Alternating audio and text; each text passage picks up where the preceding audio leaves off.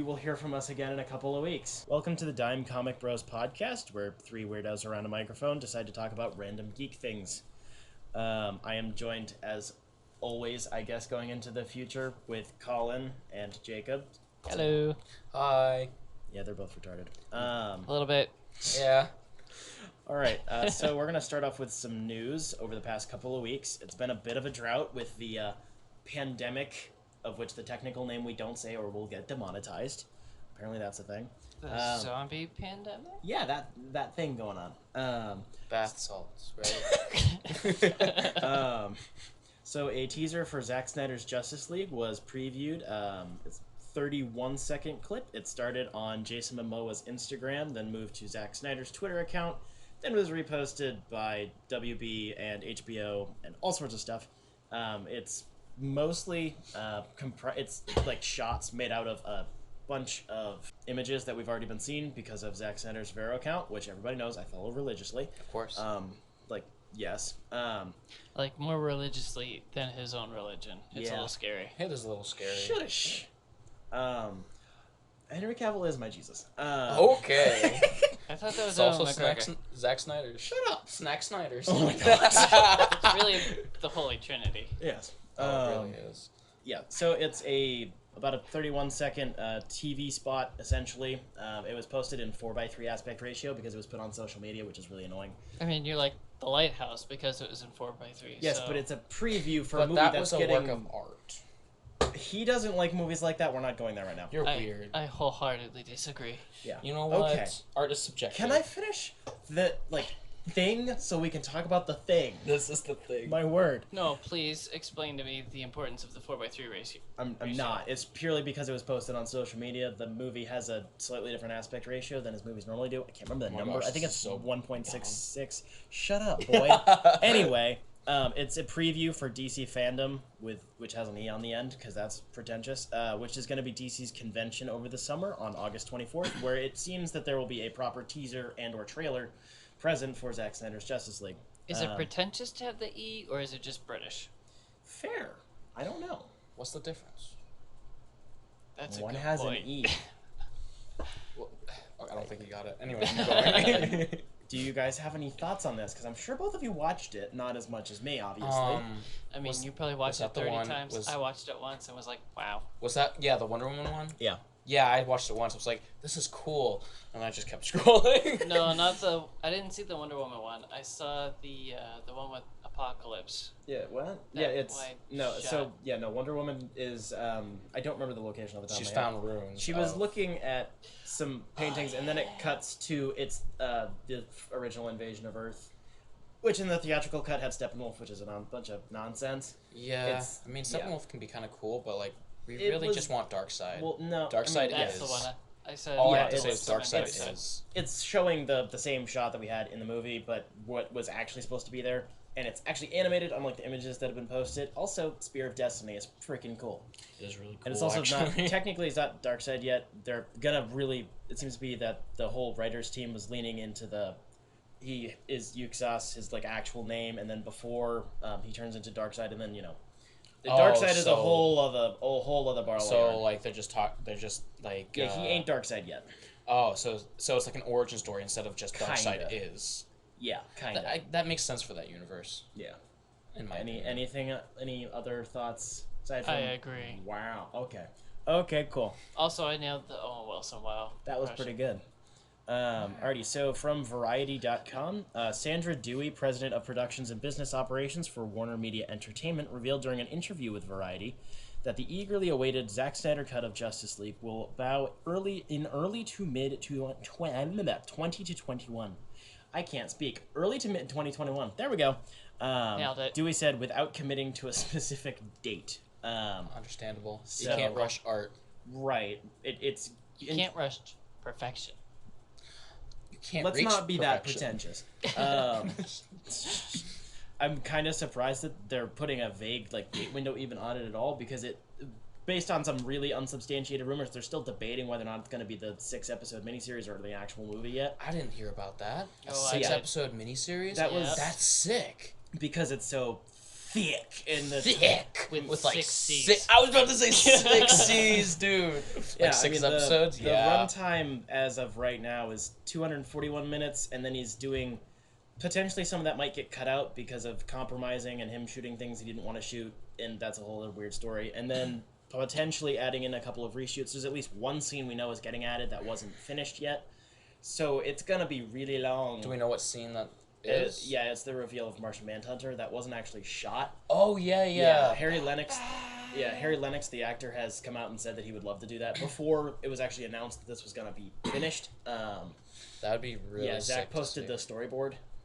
You So probably excited. saw it somewhere. No, yeah, that's what. Yeah. You remind me of that. The storyboard. Yeah, I'm so we excited know for that that. at least- Martian Manhunter is so badass. Yeah, so we know at least that one scene's getting added, which doesn't seem to be a very long one, but that's bare minimum more footage, so that's gonna be a long thing. So it makes sense wanting to make it into a miniseries. Hopefully they don't cut it up too I'm much. totally okay with that actually. I That makes me don't think know- about the Justice League cartoons growing up. That just makes me think yeah. about that. I don't know if it was substantiated, but apparently that might have been Zach's idea that he presented. Not that that's what he wanted to do, but he was giving them the idea that he could do that, Right. which would make sense. It's long enough where you don't really have to like work around the timing too much. I wouldn't think anyway. You know, I hold my pee for like really good movies, but I'd hold a Oh, whole yeah. dump for Zack Snyder. Oh boy. You just take a massive one after. You're like, oh, it's a great movie. Fair enough. Spend the next half hour on the can. Oh yeah, at least. Just thinking about the movie. Living in the moment. Yeah. And joy of having seen that. Oh yeah, the turd is in my toilet. Oh yeah. Yeah, that would make sense more so just for the sense of milking it so they can get more subscriptions. Milk it. Which one would assume is why the company wants to do it. I mean, I'm the kind of boomer that'll be like, no, I'm gonna wait to subscribe Yeah. until all I 6 would episodes also are out. think that even if So- they do that, they're gonna put it up Oh, you're talking somewhere. about, like, you're not whether subscribed to HBO Max? Yeah, he's waiting. Yeah. That's understandable if that's all you're, like, wanting to see. Yeah. But I love Pretty HBO much. Max because Adventure Time, Distant Lands. So I've looked into Doom it. Patrol. I've tried to find like what they have in their library to see if it Yeah. would be worth signing up, and it's like they give me like 15 things. It's like, wow, that's all you have? No, It's- there's more. Like what? We're Yeah. not telling. It's a little shaky right now, to be honest. But there's good movies, too. There's like, plenty. I Like love the movies. the old backlog of like classics and the Warner Brothers stuff is really big, and that's not going anywhere. But the quote unquote trendy young people things are still shifting around with the licenses and stuff, so it's Right. not like set in concrete yet. Yeah, like Yeah, a Steven lot of Universe. stuff is still settling out. Yeah, and Like, that's Disney's kind of annoying. still reclaiming stuff from Netflix, and Yeah. Do they not have Solo yet? Do they still not have Solo? I mean, I'm not complaining, No, but, it's still on like- it's still on Netflix. I think it's in July. Yeah. Alright. Okay, cool. Next, so Ray Fisher's Cyborg is confirmed for the Flash solo movie by one of the producers via a social media DM. That was by the sister of the director. She's one of the producers that works with him on all of his movies. Just a fan DM'd her and was like, hey, don't forget about Cyborg. And she's like, yeah, duh. I believe she said obvious, if I remember correctly. As of right now, Ray Fisher has yet to comment on this. Obviously, we've all seen the theatrical cut of Justice League, and it's pretty lame. So we don't really know how good Ray Fisher's Cyborg is yet, because he definitely got the short end of the stick on that. if Justice League is defined as pretty lame, I don't want to see bad. Fair enough. Fair point. But it's been said a couple of times that Whoa. it's not necessarily his quote-unquote origin movie, but it's based on his emotional arc. And Zach, as well as Chris Terrio, the writer, have come out and said a few times It could that be he is... as bad as the like. There's no way it Smallville. could be that bad. It can't be as bad as Smallville Cyborg. Oh my gosh. I mean, that's even so even bad. Doom Patrol Cyborg's kind of like iffy, but I kind of like him. Yeah, it's... it works for the narrative they're trying to tell, but it's... In Doom Patrol. Yeah. I Yeah. like what Hey, they're save doing. the Doom Patrol until later. Okay, Yeah, fine. Sorry, Stay on bud. topic. Also, can confirm Solo still on Netflix. Okay, of course you just Googled it. I'm down. Yeah. Also, so we have from therap.com. After nearly 30 years, Michael Keaton is in talks to return to the role of Batman to appear along Ezra Miller in Warner Brothers' upcoming movie The Flash, which I'm assuming is still the working title. The Wrap has learned exclusively. Talks with Keaton are in the very early stages, and it is far from a sure thing and can go either way. No details are currently available about how big or small Keaton's role is. The plot of said movie will apparently introduce general audiences to the idea of the multiverse, one of the core concepts underpinning DC Comics. For the non-fanboy set, the multiverse refers to a shifting number of alternate universes that coexist within the larger reality depicted in DC Comics.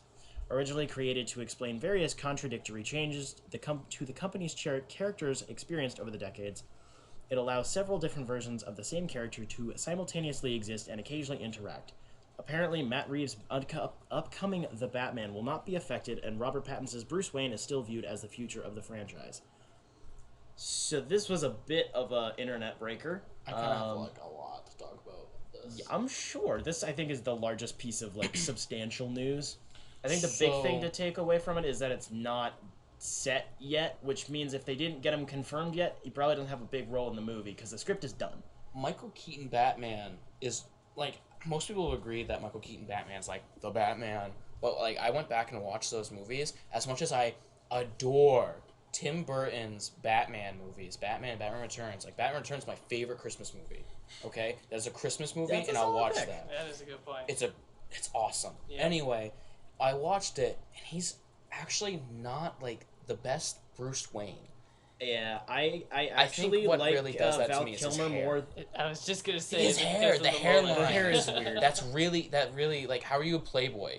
They must be really a gold digger if you're a playboy. Yeah, Sorry, Michael. I actually quite like Val Kilmer more. I'm gonna be honest. The That's material, a Bruce. Both the material he was given to He's work got the with, lips. the material he The was bat given nipples. to, the material he was given to work with was bad, but there were certainly some ideas that were present in the original version of that script for a far more psychological movie than we got. And he certainly tried, and it was a lot more quiet of a performance, which is what I like in my Bruce Waynes. Ben Affleck, if you're listening to this, send me a DM, please. I like the quiet brooding types. I've never been a big... Yeah, we know. Never been a big fan of the more loud ones, which, Michael Keaton wasn't loud and obnoxious, but he wasn't very quiet and introspective either. That's true.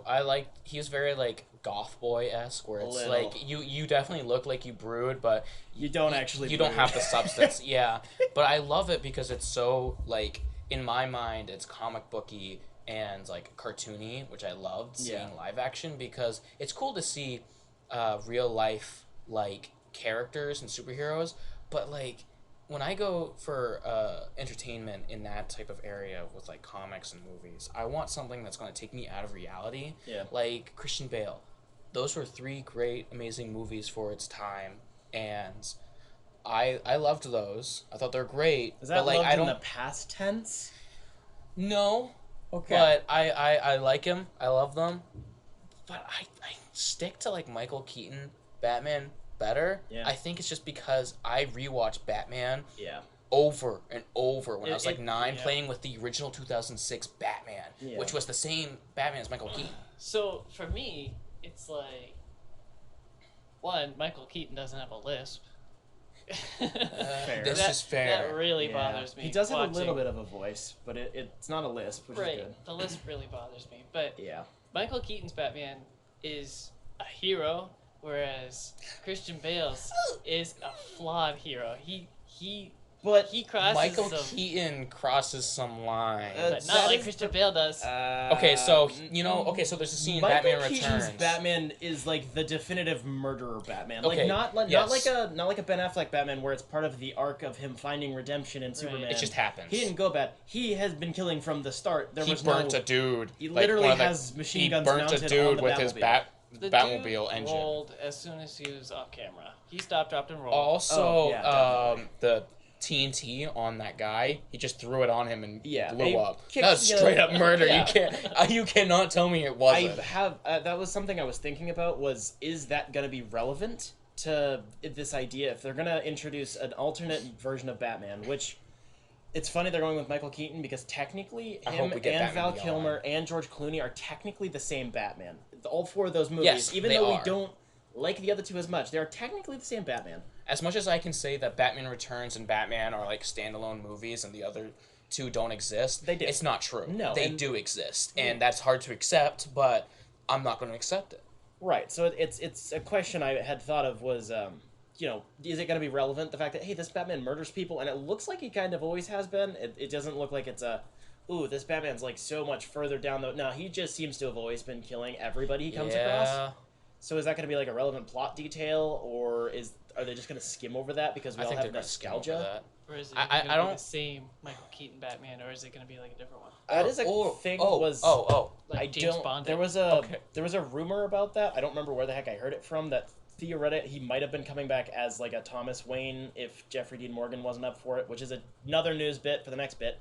But you know, there was an idea that maybe it's a multiverse where only those two movies existed, because I think that's kind of how we always thought about it. There's like we have the main old school timeline where the first two existed, then we have the actual timeline where all four of them exist, and we just pretend that doesn't exist, sort of thing going on.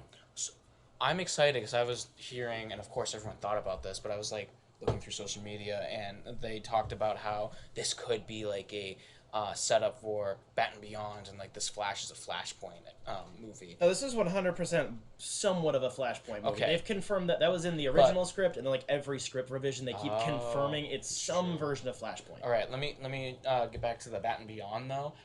I think everyone, not everyone, but a lot of people, including me, would love to see Michael Keaton as old Bruce Wayne with Terry McGinnis Batman, because Batman Beyond is so cool. I love Batman Beyond, and he's just like batterings come right out of his like gauntlet and just throws them. Dude. Yeah, out of all of the actors to portray Batman, that would definitely be the one you would want to go for. Yes, he has the old man gravitas. He's still young enough where he can, you know, still move around, and basically everybody likes him to differing extents. Everybody has some sort of nostalgia for it, you know, across age brackets. And, you know, it's a universe where it's obviously very gothic and cartoonized, so you can have that be a thing. There is no, you know, in 20 years we're not going to get a fourth Dark Knight movie that's about, you know, him coming back. That's not going to happen. That's just not the type of universe they set up unless WB completely and utterly shills out for money. Hopefully they don't. Please don't. I just jinxed it.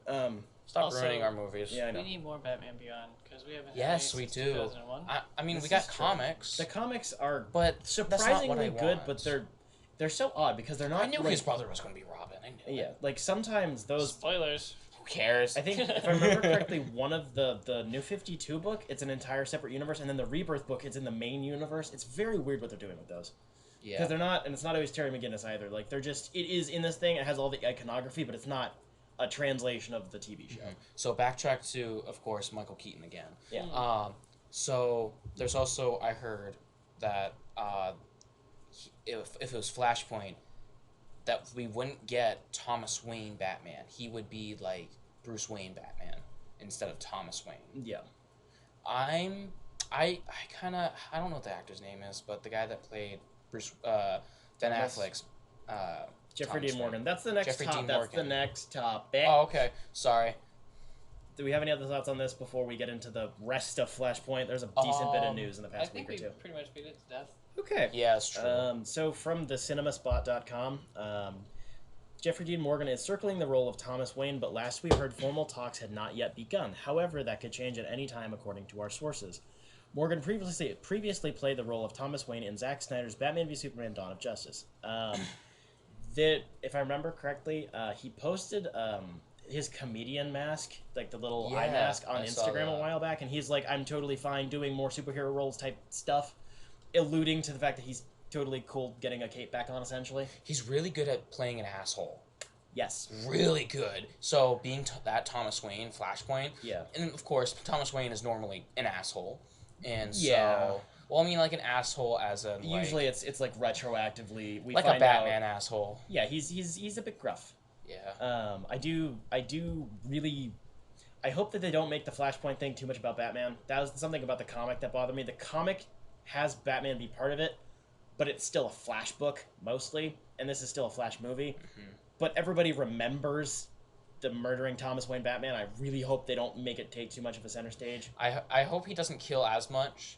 Or, like, too much of him in general. Yeah. As much as I love that, it's just I think we're getting too much Batman and not enough other heroes. Yeah. So, I'm a little bit foggy because it's an hour and a half past my bedtime, but when you say Thomas Wayne is usually an asshole, all I'm coming up with is the latest Joker movie. Anything else, all I can think of is, like, when he gets shot. I'm going to let you take this over, because you know more than I do. Some examples. Yeah, so Joker...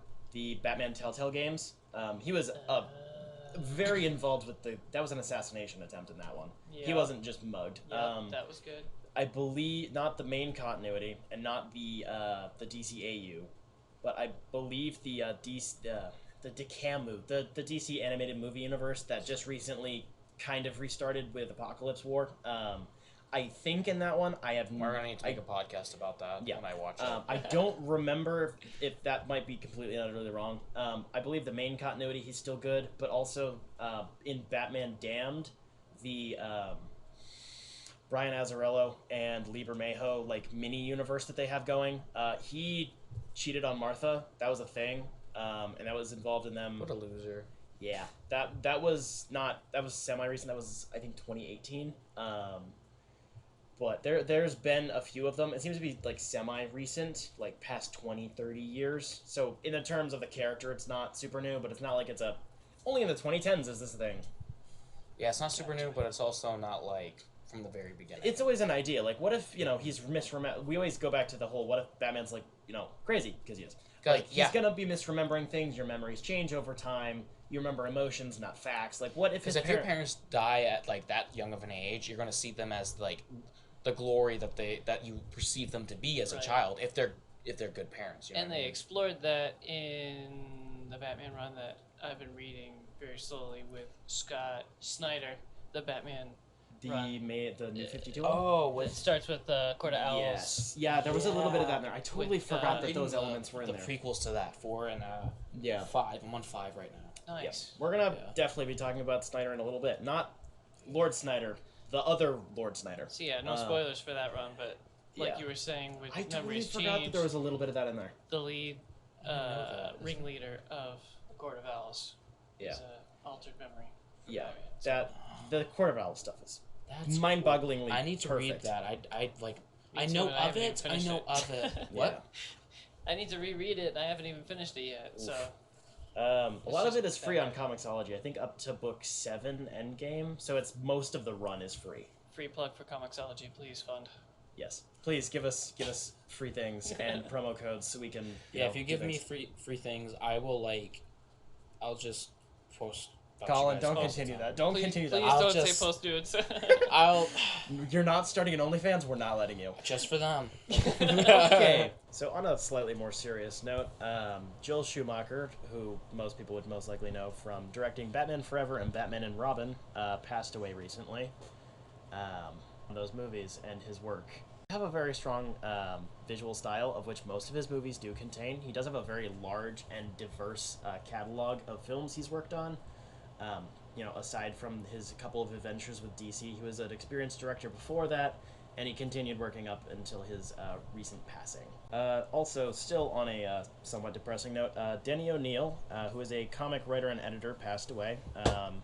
He was known for editing many Marvel comics during the 80s, including Frank Miller's seminal Daredevil run, as well as co-creating Ra's and Talia al Ghul, and editing the Bat family of DC books since 1986.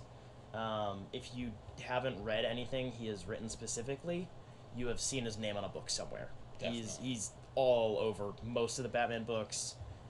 Even if it's not just the editor spot, he wrote a fair few of them as well. I can't remember any off the top of my head, but he has fingers in all of the pies on both sides of DC and Marvel over many decades. It seemed to be he was beloved by basically everybody. We've been losing a lot of very large comic creators over the past couple of years. Yeah. Like past 2, 3, there've been a lot. That's very depressing. Rest in peace, man. Alright, so moving away from the more depressing news, the Spider-Man voice actor from the 90s cartoon did an interview with Recording Time Media, a YouTube channel. So they interviewed Christopher Daniel Barnes, who provided the voice for Spider-Man in the 90s cartoon as well as a few of the video games. Barnes was asked about his interest in returning to this character in Spider-Man Into the Spider-Verse 2. Quote, "I have reprised the role several times in video games, so that would be great. If I could do that again, I'd be honored. I'm kind of getting old to do it, but I'd be happy to play an older Spider-Man," end quote. I know I watched that quite a bit before I found Spectacular Spider-Man. I would find it... the Amazing Spider-Man? Yeah. That was the one that they couldn't use, like, real guns or punch people? They had because of censorship, because it was a kids' cartoon. Mm-hmm. So Spider-Man doesn't actually punch anybody, and the guns are all like blasters. It's very strange. It's very But you don't notice when you're a kid. But that was a very good performance. I haven't watched any of it super recently. Did he do Ultimate Spider-Man 2? Like the one that came right after that where he went into space and like all those weird... No. That was... no. Yeah, I remember watching that. No, he... I don't remember which video games he did. I believe it was Web of Shadows. Yeah, I remember playing that. But he has a very iconic Spider-Man voice, and as we know, a lot of memes came out of that show as well, because we are all in the meme circles. And obviously, Into the Spider-Verse is now kicking off an entire series of bringing in a lot of new people and old people to voice characters, and have just thousands on thousands of different Spider-Men. Because why not? So honestly, I don't really mind an older voice actor voice acting, like as long as it sounds like he can keep his teeth in and he hasn't smoked 100 packs a day for his 100 years. Like I think in his 40s, maybe his 50s, he's not so old. That ain't old. Well, considering Spider-Man's in his 20s in the show, it compared to like being able to do the voice is different as you get older. But I think the idea of doing another older Peter Parker is good, because if you continue to have more mentor roles in different facets, don't just do Peter B. Parker all over again. Obviously, I'm sure Phil Lord and Chris Miller are not going to do that again, but I do quite like bringing back old voice actors for that. That was really cool what they did with. Originally, they were going to get Tobey Maguire to do Peter B. Parker. They didn't end up getting the contract for some odd reason. But I know that's definitely that was inspired by that. Yeah, it was supposed to be. And a lot of him, like his whole attitude, the whole like plot of. Like it was like a losing his like a loose pseudo sequel. It definitely was like a head canon of sorts. But does anybody oppose with like old voice actors coming back? Why on earth would you, honestly? As long as they're good, like Mark Hamill. Yeah, have Mark Hamill do stuff until he's literally in the grave. Yes, because he will, because he loves doing it. Because he's amazing. Have him play Joker like all the time. I mean, I thought I'd heard that he was kind of hoping to wind down a little bit. I think on Star Wars he definitely was. Oh, definitely. I think that was. Weight. I think that is also true. I think I that was blame him. Star Wars specific interview on that one. I might be wrong though. I could be wrong too. That is actually just a random thing that came up recently. Was Mark Hamill confirmed that he has a voice cameo in every Star Wars movie except the prequels, which is just neat. There was a video somewhere. He does. Yeah. There was a video somewhere where he pointed all of them out, and that was kind of cool to see. Did you know that he voice acted the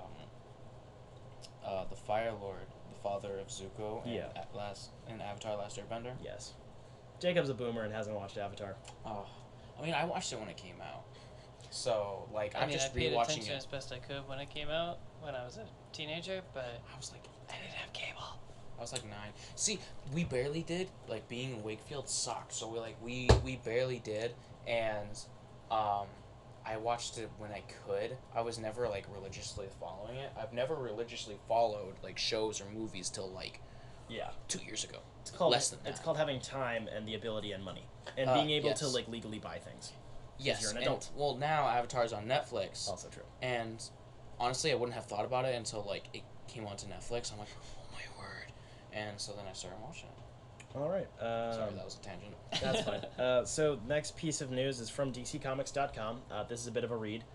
So Spotify and Warner Brothers and DC announce a multi-year partnership to produce original podcast slate.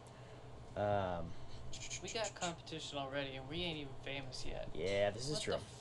In a collaborative and innovative effort to further increase premium content offerings for consumers, Spotify, Warner Brothers, and DC, the home of Superman, Batman, Wonder Woman, Harley Quinn, the Joker, and many more iconic DC superheroes and supervillains, announced a multi-year deal to produce and distribute an original slate of narrative scripted podcasts, marking the first pact of its kind between the companies. Spotify, the world's leading audio streaming subscription service, Spotify, please sponsor us, is committed to an annual slate of new dramatic and comedic podcasts that Warner Bros. Will develop and produce. Under terms of the deal, Spotify will have a first look at original scripted narrative DC podcasts, including new shows based on the vast universe of premier iconic DC characters. The initial slate of projects under the partnership will also tap into Warner Bros. Broader collection of timeless titles for additional series. In addition to producing narratives based on existing characters and established franchises from across Warner Brothers and DC, The companies will also collaborate to create new programming from original intellectual property. Sounds a bit of a read, but So- that's really cool. I'll take lead on this one. Do it. What is this podcast gonna be like? Is That's it just what I gonna was be thinking. a big ass commercial for all the new stuff that's coming out? Because that sounds so boring. Yeah, I'm probably not gonna listen. What it, I mean, I'll try the first one just to see what it's like. Yeah. But I don't want I'm judgmental. an hour and 45 minutes of Yeah. here's what we're releasing this week. What I was gathering, what it felt like from the article, the official release from DC, was that the term podcast isn't being used in the literal sense of it's a bunch of people talking as a podcast. It's the way they're putting it out. It sounds essentially like they're saying we're making audio dramas, like audio plays, which I'm pretty sure we've all listened to for one reason or another. Cough, Cough, Adventures in Odyssey 10, 20 years ago. Oof. Um, I mean, I don't know what you're there was talking also about. a Humble Bundle quite a while ago that is with true. DC comics basically made into audiobooks Yeah. that I've listened to. That is Oh, what it seems. It's a little weird to get used to at first. I think I've listened to some of those on like YouTube. It's Yeah. like when you accidentally not select the about that. wrong subtitle setting as to the descriptive subtitles of what's going on screen, Oof, what's happening on screen. that's rough. Like Yeah, that's it's what like- the audiobook It's when you're feels trying to like, listen- but watch I mean, anime. Yeah, All that you hear is, about the bundles. "Hey." yeah, it sounds like it's going to be a bit less of a. We're going to have a bunch of people talking on Spotify because they already have plenty of shows that do that. They have like 5 ones specifically for DC alone. It looks like they're looking to basically just make like audio dramas, like plays that you can find exclusively on Spotify. I think is what they're saying. I'm It's kind of down for that. yeah. for a really long article, which this was only one of like 4 paragraphs. It's not terribly descriptive. It's very wordy. But I'm interested to see what it is, if nothing else. It's Does more content. That's true. If it's like just listening to like a story, like something that's like that, Yeah. I think that'd be really cool. Because I remember listening to a story podcast by Markiplier was in it, and it was like this weird dream one where if you went to sleep, you died like instantly. So like the whole time the characters were like just trying not to. So it's Nightmare on Elm Street on steroids. No, because you don't die in the dream. It's just you die. Once you fall asleep, there's no. It's like there's no dream. It's Nightmare on Elm Street, less complicated. No, not really. but Effectively, okay. if you fall asleep, you die. Just keep going. Fine. Fine. But it sounds interesting, and the fact that they said specifically they're going to be doing new things, not just existing characters, is something. Because WB seems to be one of the biggest perpetrators of milking franchises, next to No. the monopoly that is Disney and the 1,000 things they own. So original content is always interesting. So also from DCComics.com, DC and HBO Max announced new original digital comic series published by DC with exclusive cover art by Jim Lee, Amanda Connor, and Jorge Jimenez. I have no idea how to pronounce Hispanic names, so apologies for the name butchering. Not just Hispanic names, but all names. Also true. He's special. Yeah. Yeah. So 3 new comic book superheroes are taking it to the, quote, max in the brand new original digital comic book series titled To the Max, published by DC in collaboration with HBO Max. To the Max features stories about ordinary people achieving their maximum potential when they transform into extraordinary superheroes with the help of another character, Max the dog. Free to download starting today, which I think this was released last week. This initial launch of the digital comic features 3 8-page chapters featuring everyday people, Hector, Brian, and Olivia, who meet Max the dog, gain access to different superpowers, and become able to teleport, shapeshift, fly, and save lives around the world. The comics embody the theme that HBO Max has something for everyone, and that everyone can be their own superhero and take themselves to the max. So it's really effective marketing, basically. Yeah, because you say Max, and I think of Marvel Max Comics, and I was like Yeah. really excited for adult comics. No. It's not adult comics. Yeah. No. It sounds like that Max the dog. Or the Yeah, Superbird. it's Yeah, not. never mind that. Yeah, I did take a look at the covers by Jim Lee. Also, just Jim Lee is like one of the best artists. Period. I feel like that's Of all time. overrated. Yeah, we know. We've discussed this before. We're And not this taking is- an hour-long tangent. This is from an artist perspective. Yes, we I know. think he's overrated. But Oof. he's also the head of, I believe, DC right now, if I remember correctly. Just the entirety of DC, including their relationship with WB Pictures. So Oof. it makes sense that they have a big partnership with HBO Max to A, try to push the service, as well as DC, put out some digi comics, and, it's nothing special, but it's kind of cute. It's something for basically everybody to read, and the idea of, like, the basic theme of that the service has something for everybody, thusly they have a diverse amount of superpowers, and one would assume they come from different backgrounds, like that sort of stuff is kind of interesting. But it is effectively just marketing. So I'm just looking at the pictures right now, and it has a lot of, like, very easy colors. Yeah. Very, very soft coloring. Yeah. So I'm not just calling out the colorist, but it looks very childlike. Yeah, It is- kid-friendly. It's easy for like a child. Oh, it's absolutely aimed primarily at Go children. lower. Go lower. I don't think anybody's putting that in doubt. They meet a superpowered dog. Huh. Also, I'm not reading the story that they've announced, but that thing that she's holding on to looks like an inappropriate toy. Oof. Yeah, and yeah. I'll read it if I get bored I'm not enough gonna this comment. week, because it's only 3 8 chapters. Like, that's really small. That's like 2 issues maybe. So it looks like it's just a special, It's a digital very comic, special so it's run. That Like, looks yeah, that very art short and and like sweet. color looks like those kid superhero like comics or comic strips Yeah.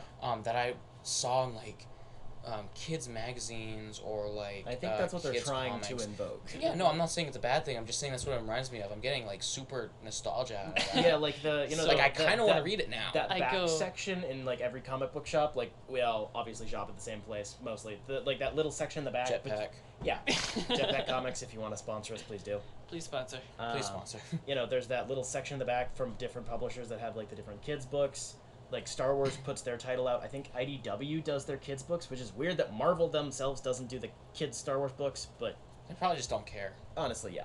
Can't but like, blame 'em. that sort of stuff. It's always good to have an introduction to kids, especially now where most of the comics are not kid friendly Yeah. to differing extents. But That, that's actually you're so right about having that.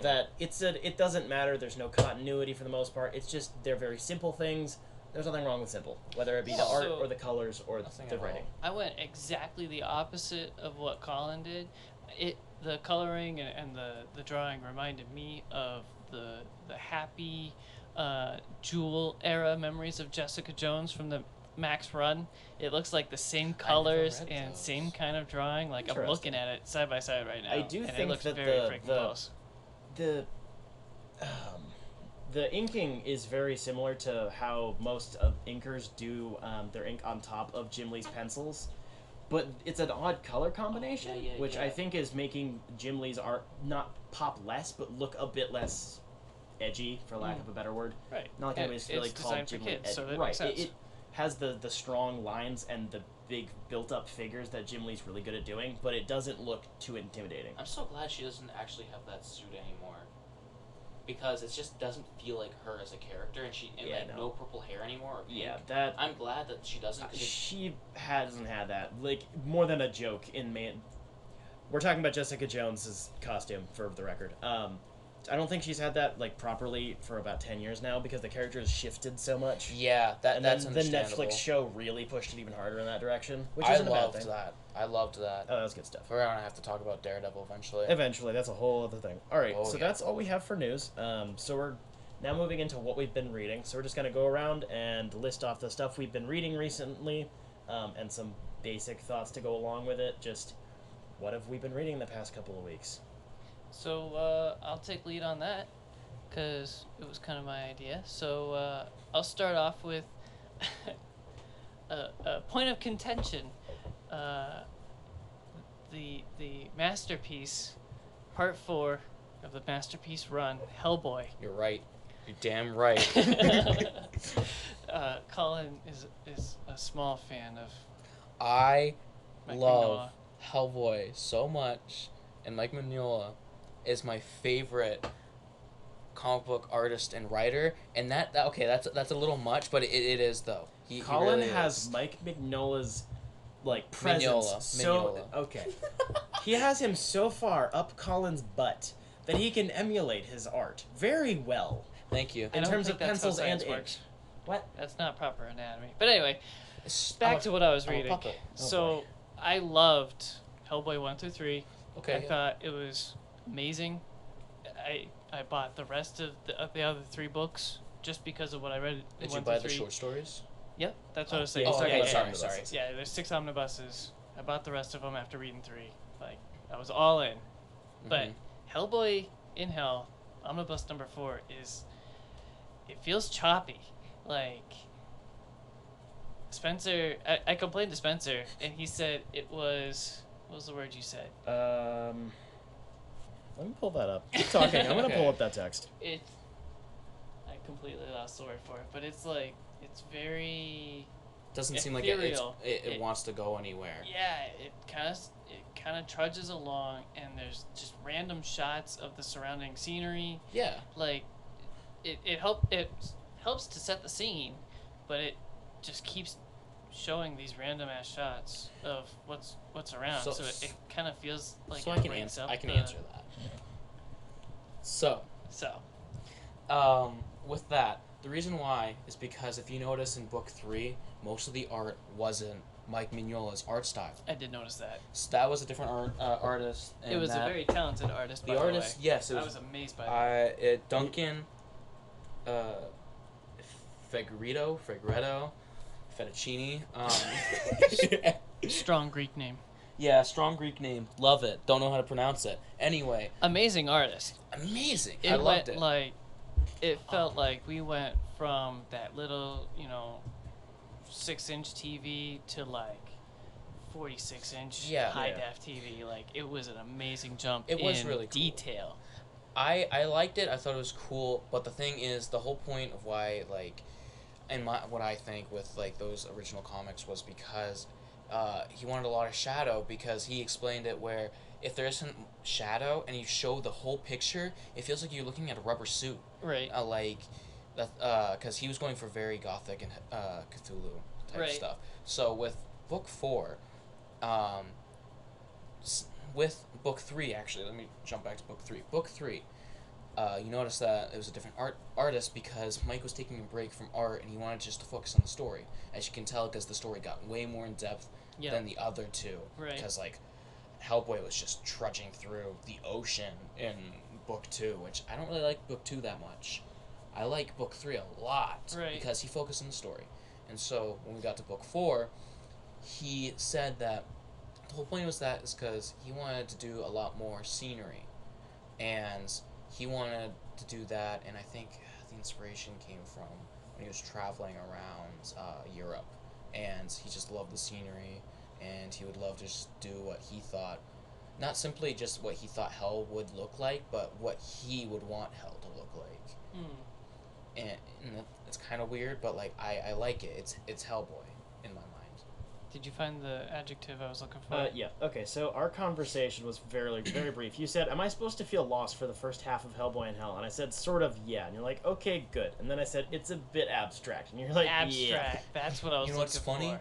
I accidentally read Hellboy in Hell, the first one, when I first started reading Hellboy. I accidentally read that. The ending. That's what I got into. I first got the trade. I got this. Oh, and nice. then I bought the second one. I'm like, oh shit.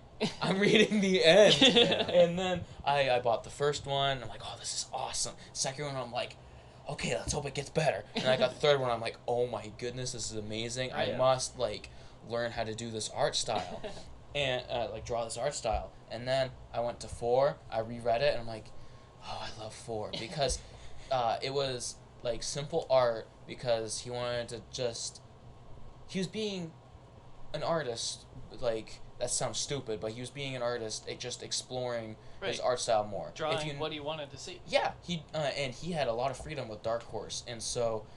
he had, like, the ultimate freedom with Yes. Dark Horse. They gave him the best deal any comic artist has ever had. All they had to give Do him... whatever the hell you want, whenever the hell you want, and we'll pay you. All he had to give them was the movie rights, because he never thought that they were going to make movies. He's like, oh, they're never going to do it. Then he was thinking, but what if they do? They're going to ruin it. But then he didn't care. Turns out they did. I don't think the first 2. I think the first 2 were really good. They're okay. I'll talk about that some other time. We're But gonna have That's to a do a different full episode. episode based on those. I would love to. All right. Down so, boy. Yeah. Moving on from Hellboy in Hell, what else have you been reading?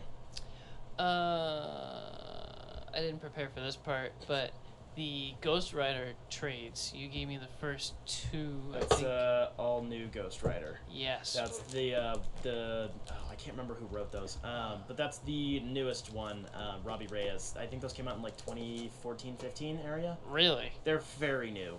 I thought very new was like 2 months ago. No, not like that new. They've been around. They're very like this end of the decade. Yeah, you have to think about how comics work.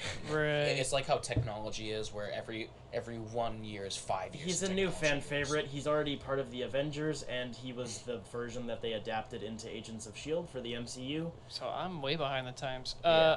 All New Ghost Rider was written by Philippe Smith and illustrated by Trad Moore, for those wondering. So yeah, I read the first trade. Yeah.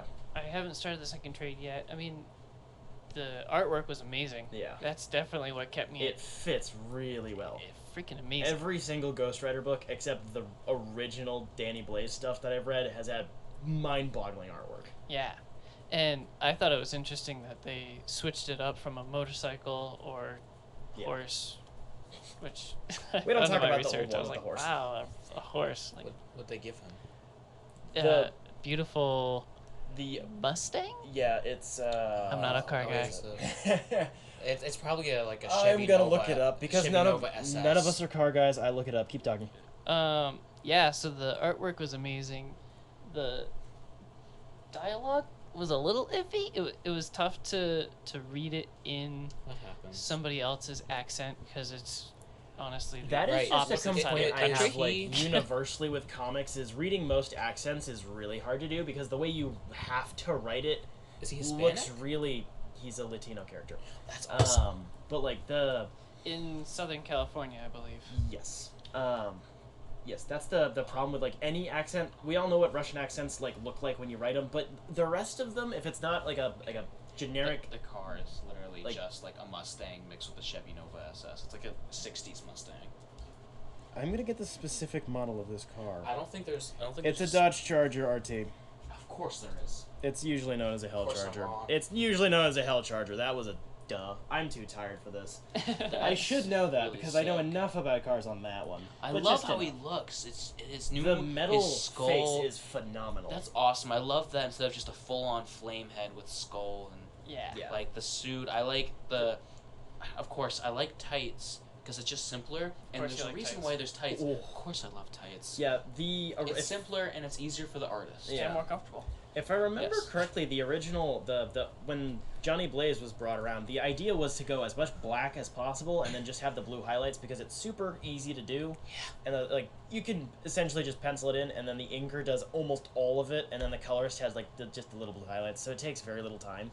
Yeah. And it makes it easy to draw, especially back then, which I believe Johnny Blaze was introduced in the 70s. So is this a new person as? Yes, this is Okay, the cool. fourth mainstream Ghost Rider. Wow, I am way behind on my Ghost Yeah. Rider. I Yes, we know have nothing lore. except for Johnny Blaze is the traditional for the one. He's cage. yes, he's like the gung ho. He drives a Harley basically. Right. Then you have Danny Ketch who drives a sports bike. I can't remember the third one's name. She was really cool. I don't remember her name though because she's been in like 2 comics and they weren't terribly good that I can remember. And then she kind of disappeared. And then we have Robbie Reyes, who obviously is very different. Any more thoughts on that book so far? I mean, I'll keep reading. You gave me the second trade, so Yeah. I'm definitely gonna read it. Yeah, that run ends with that. Most of the Ghost Rider runs are not long. It was a little bit over the top, which I mean, it's a freaking comic book. Of course, it's gonna be. But yeah. I do that every now and then. I just like open up a Colin vanilla is cowboy snorting comic and I comics. go, and I just smell the just ink. shoved his nose right in there. Dude, it's so. Yeah, he does. It That. almost looked like he was doing a line of Hellboy. Oh boy. I've got my own, thank you. All right. All right. You want to? I'm good. You don't need to pass around the books your nose has been in. Oh, All right, that's Jacob, fine. do you have anything else in terms of reading? In terms of reading, there is one that's kind of on the back burner, so I will save that for episode number 2. Okay, Colin, Alright. what have you been reading lately? So it's kind of been like here and there. I recently got Moon Knight from the Dead, and it's what year is it? 2014. Yeah. Written by Warren Ellis and illustrated by Declan Shelby? Don't look at me. Anyway, I'm new to Moon Knight, and I thought Moon Knight would be a really cool read. And so trying to find Moon Knight from 2014 anywhere else was so hard. I thought I got it. I thought I got it the first try. Instead, I got Lunatic, which are the two comics that come after the 2014 volumes 1, 2, and 3. So I was trying to look for volume 1. I found it on eBay. It's like $40 just for the small trade. It looked like when they had the run was far more successful than they thought. I vaguely remember it being super hyped at the time in terms of issue sales. Yeah. And then they did not print enough trades, and then they probably aren't going to be printing too many more. So I wanted to look into it because I love Hellboy. I absolutely love Hellboy. I love the mystical stuff, and then I loved the original sins from the Constantine Hellblazer. And I love the mystical stuff, so I wanted to go into Moon Knight, and Colin so far it's a secretly really good has a read. pentagram underneath his rug. Don't tell.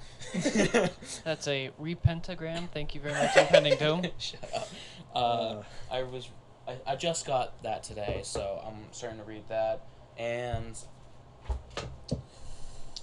honestly, I was reading. I'll take this break real quick to say that it was Alejandra Jones as the third Ghost Rider. I totally forgot about that. She looks pretty badass. Yeah, didn't she have okay, no. Yeah, Danny Ketch the one with the blue flames, generally speaking.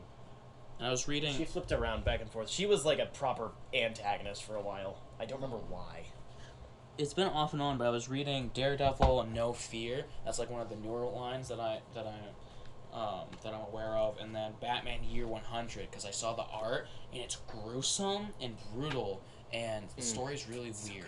That wasn't even on my radar. What is it? Can I see? Check it out. So it's like Batman kind of in the future, and he's like been Batman for It's like the ever. perception of Batman from Gotham's perspective. So he's just like a crazy dude. It's a demon. Also like puts all the universes and movies of Batman into like one where he's been around every now and then. He's kind of like a vampire-ish, but he's not vampire. He just like pretends to be this like creature. Yeah, it's It weird. It leans heavy on that Batman's a myth, and even Commissioner Gordon didn't know he existed. Yeah. It's a phenomenal book. I Which you haven't- took I the haven't last finished. copy from Jetpack because I was gonna buy it and then you Didn't get bought it from Jetpack. What? I had to order that online. That wasn't you.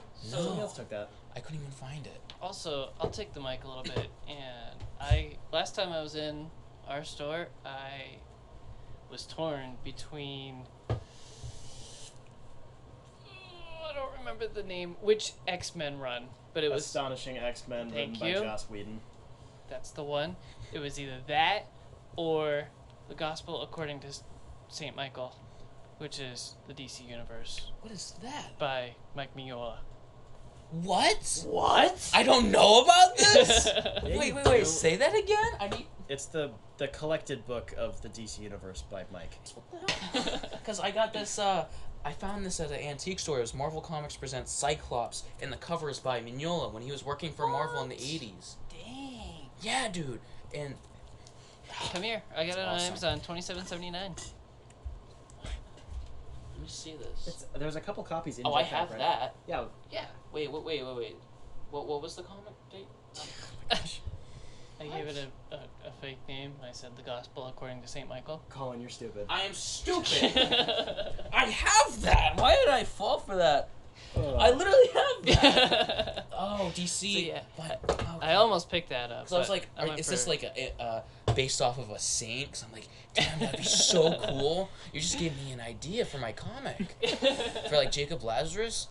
Maybe not make him a zombie. Oh, that's my cat. My cat's in the room, by the way. If you hear meowing, that's my cat. His name's Gideon. He loves everyone, and if you pick him up, he'll put his arms around your neck and start nibbling on your ears. Gideon is in the metal band? Yes. Cool. The recently out of the closet metal band, Oof. if I remember correctly. I mean, we saw it coming with cold, but... This is true. Alright, Spencer, what have you been reading? A lot. So the thing I just finished last night was the first 10 issues of the Immortal Hulk run. That is body horror up the wazoo, and it is disgusting and amazing. It's going back to the more... going back to roots is such an overused statement, but it's really true. Hulk has never been super on my radar. The character's always interesting. The movie adaptations are pretty solid, but the the comics have never seemed to have like a definitive run for the most part. It's just kind of like decent stuff, and this like across the board from every outlet I've looked at was regarded as this mind-bogglingly good stuff. So it's nasty to look at, and it's really interesting. So Bruce Banner died in Civil War II. Long story why, but it retcons it into the fact that Bruce Banner can die. The Hulk literally can't die. So every time that Bruce Banner dies, when night comes around, a new version of the Hulk, which is called the Devil Hulk, which is intelligent. He can have conversations, but he's not like Professor Hulk. The Professor. He's not like a genius or anything. Right. He's still very separate from Banner, but he can hold conversations and stuff. He comes out at night. So it's a weird partial retcon, but it's like this eternal loop. It brings it back to every day, basically, Bruce Banner has to like restart his life. So he's always on the run. He's not with. It makes me think about Solomon Grundy. Kinda, yeah. Those were the vibes I was getting. So far where I am, like Betty, his wife at the time, doesn't know he's still alive. Like all sorts of stuff. So it's going over him and this new concept of a green door, like this interdimensional green door that opened when the original gamma bomb went off. Anyway, so it becomes like it's more mystical than it is like science. It's both, and it's like how Thor says science and magic are the same. It's both. It's really I like when that phenomenal. happens. The art is really good. It's gross, but it's not like what's this run called again? The Immortal. It's Immortal Hulk. So I just googled some pictures just to see this alleged body horror, and you're absolutely right. This is disgusting. Yeah, like, it's not but like I can't look away. It's not like a adult only type gruesome, but it's so gross. that's how he gets out. Yeah, he like it goes into detail. It doesn't just he gets bigger and green. It's like transforming into an actual Dr. Jekyll and Mr. Hyde sort of thing. Like he's breaking out of his wait. body. So that's how he turns into the Hulk. That's how all of the Hulks do it. Is like this visual retcon. So him, Red Hulk, Sasquatch from Alpha Flight, in case you guys didn't know, is actually a Gamma-based superhero as well, who is part of this run. It's really cool stuff. So it's getting critical acclaim. It's one of the highest selling comics at the moment. When it started coming out, it's ridiculous. So yeah, like Hulk gets ripped into like a dozen pieces and it's put in glass jars and it starts reforming. It's so disgusting, but it's really well written. It has a lot of very philosophical and spiritual elements. That's a good thing to add to Hulk, because Hulk kind of like originally doesn't have too much substance. Yeah, and that's not true. The TV show with the really sad theme song hit me spiritually every episode. So I'm only 10 issues in. I read the first, not the first trade, but the first collected volume. I think there are 2 of them. There's a total of, I believe, 25 issues in this run. I might be totally wrong. But it's really good stuff. I also finished Batman Damned, which is an DC Black, which is their new name for Elseworlds, essentially. I've been wanting to read that one since it's the one with out. the Batwang. Which you can't actually see it anymore because they immediately censored it as soon as the controversy happened. Stupid. That is stupid. We want our Batman. You can Google it. I want to see. You Batwang, can Google it. Okay? It's not terribly exciting. I want to see that peener. The comic is really good. It is a bit in the pretentious area. Can we say peener without the explicit tag? Probably. We can say peener. I say peener all the time. I'm trying to keep saying it. But I said dick, so yeah, we've already sworn. It's fine. So Brian Azzarello's story is really good. It does err on the pretentious side. It has voiceover, but it's like narrated by Constantine. So you're gonna like it, Colin. Oh. It's really good. What is this again? Batman Damned. So basically, Batman is dead. Long story short, so the Joker died, and Batman's trying to find out how it happened. It's really cool, and it's in Joker died. Brian Azzarello and Lee Bermejo, the artists, like mini universe that they have. It's really good stuff. Visually, it's off the walls, disgusting and crazy looking, which honestly at sometimes can be a little much. But it involves a lot of other characters in the DC universe as well, and it's very, very good stuff. And also, there is more edgy sexual content in this one. It's not like excessive, but it definitely. Yeah, you can understand why it made headlines. Does it have to, like, is it pertinent to the story, or is it Kinda, just there to be sex? Then I'm just gonna say it. Harley Quinn tries to rape Batman. I'm into that. What? Stop. Okay. So like it's essentially the. Okay, you guys already gonna know where it's Talia going. Ghul, now Harley Batman Quinn. killed Joker. You already know where it's going. Please it's not really a keep it spoiler. spoiler-free. Shut up. You Wait, know wait, where it's wait, going. wait. So I I want to lend read it now to you. too. Anyway, so like she's just trying to get revenge on Batman, and By raping. yeah, she's like, you took something from me, I'm gonna take something from you, basically. Yeah, His virginity? I mean, it's Batman's Bruce Wayne. never given himself to anyone? I mean, it's Bruce Wayne. And Surprise, I don't, There was Right. bad sex in the Killing Joke animated movie. we're not talking about that. We're not talking We're about not that talking ever. about that. Anyway, it's a really good book. It's very short. I think it was published in 5 issues. I got the hardcover edition. It's really nice. Of course, you got the hardcover edition. Shut up. course It only it's the comes in hardcover. hardcover. Oh. It doesn't come in freaking paperback. Wait, what I are you also talking about? was I keep reading. getting lost a little bit. I'm Like, kind of retarded. I also read Batman Noel, which is one of the other books in that mini universe. It's all by it's all by Lieber Mayhew. It's like A Christmas Carol, but with Batman. Ooh. So it's really simple. It's to the point, but it is very nice. It's a breezy read. I believe it was published just as one book, so it's like equivalent to an issue or two. It's short, sweet, art's amazing. It's got cameos by a lot of the universe, the DC universe. Highly recommend that. Also, it's got Batman in snow. Who doesn't love Batman in snow? Who doesn't love Batman, period? Fair enough. Quite a few people, which is sad. Anyway. But every time I hear like Christmas Carol, I think about Hellboy in Hell. Of course you do. Odd connection, Of course I do. but I see No, that. it's not an odd connection. No, It's I know what literally you in mean. there. Yeah, and then the other Puppets. thing I read was Original Sin, the Marvel crossover event, which I enjoyed very much. Out of all of the semi-recent Marvel events, it's one of the more cohesive ones. It doesn't require a lot of extraneous reading of the supplemental issues and the prior issues. It's fairly to the point. You can get a little lost, as it is with any crossover. I thought you were talking about like original scenes No. from Constantine, but I forgot that No. like at that point it was with they were Vertigo. Yeah. So it's the. It happened. What year was this published? It was one of the most recent. It's like 2014, I think. One of the most recent Marvel crossover events. The Watcher Uatu gets shot in the head, which is a big development. And it's basically just solving that murder. So it involves a bunch of different heroes from all over the place, all teaming up. It's very strange. The villain selection, I will admit, is weird. I get the idea that they went with like third stringer, like Okay. who are bench they? warmer for the bench warmers. Yeah. who are those? But it does make sense. What And villains? the fact that I can barely remember what they are after reading the book is And really this is telling Marvel? you. Yeah. It's very good. Marvel has kind of like a lot of villains I can't think about. Yeah. But it does make sense. It's good. The biggest development, aside from the really spoiler stuff I shouldn't talk about, is this is where Thor lost the ability to pick up Mjolnir at the time. In the Jason Aaron run. This is a Jason Aaron book, and it's amazing. So I also found out I got the Comixology Unlimited sample, I guess you want to call it, for 2 months while I was quarantined. And I found out that I had to read Original Sin and the Thor 5 comic book edition spin-off from Original Sin. Yep. So while that was a little bit frustrating that I had to go like out of my way to find just 5 books, Yeah. it definitely added to the story and was very important to read. Nick Fury whispers something in Thor's ear, and he immediately loses the ability to drop the hammer. I never liked that guy. Fair enough. Just kidding, Nick. We love you. The actual, I'm not gonna say it, but like the actual detail of that isn't super relevant to Original Sin itself. It's not. You don't find out what he said Do in you the find story. out what he says? Yes. Yes. It's Okay. part of. It's one of the biggest More parts of questions. Jason Aaron's decade-long Thor run, which Original Sin is roughly in the middle-ish, like a third to a middle in. It's phenomenal stuff. But Also, Jason Aaron is a god among men.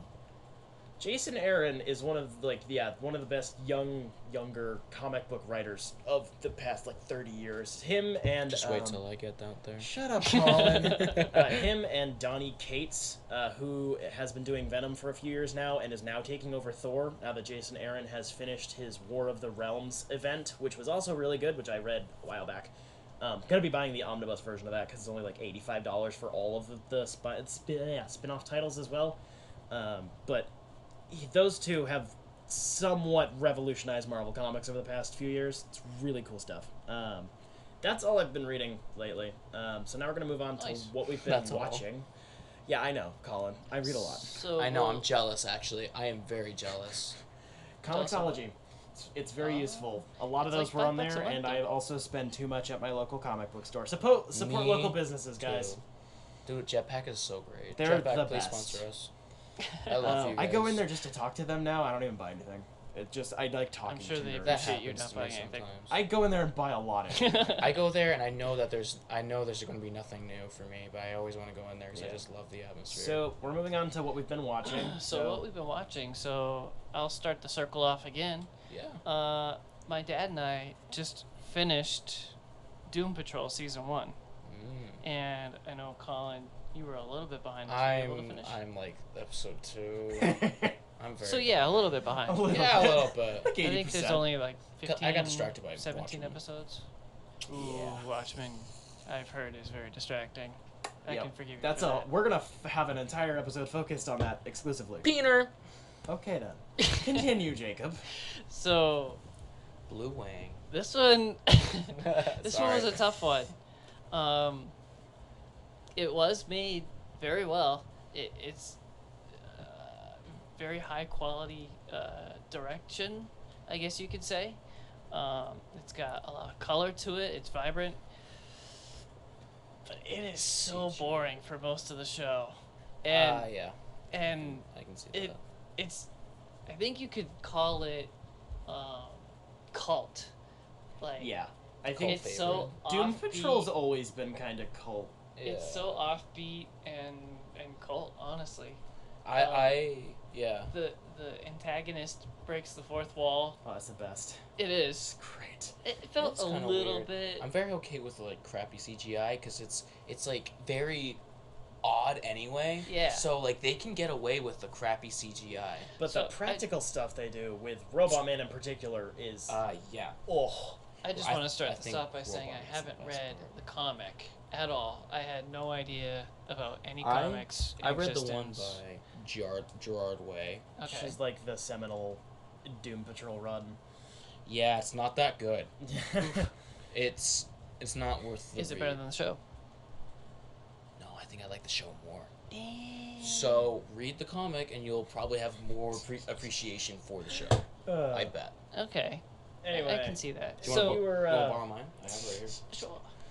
sure. uh, I think it was episode 13. We had 3 episodes left that I texted Spencer. I was like, all right, I'm finally invested in this freaking show. After how many episodes? 13. Yeah. That's something else. But it broke the fourth wall at the end of that episode when the antagonist is like, oh my gosh, after 13 long episodes of character developing schlock, we finally have, I forget what he says, something Yeah. interesting, I love and then the that. episode ends. So yeah. it's so it knows itself. self-aware. Yeah, it Yeah. knows that. Yeah, we kind of suck, but like has you're a- still watching, aren't you? Yeah. It has a very acquired sort of self-aware taste. This is not Deadpool type self-aware. Yeah, no.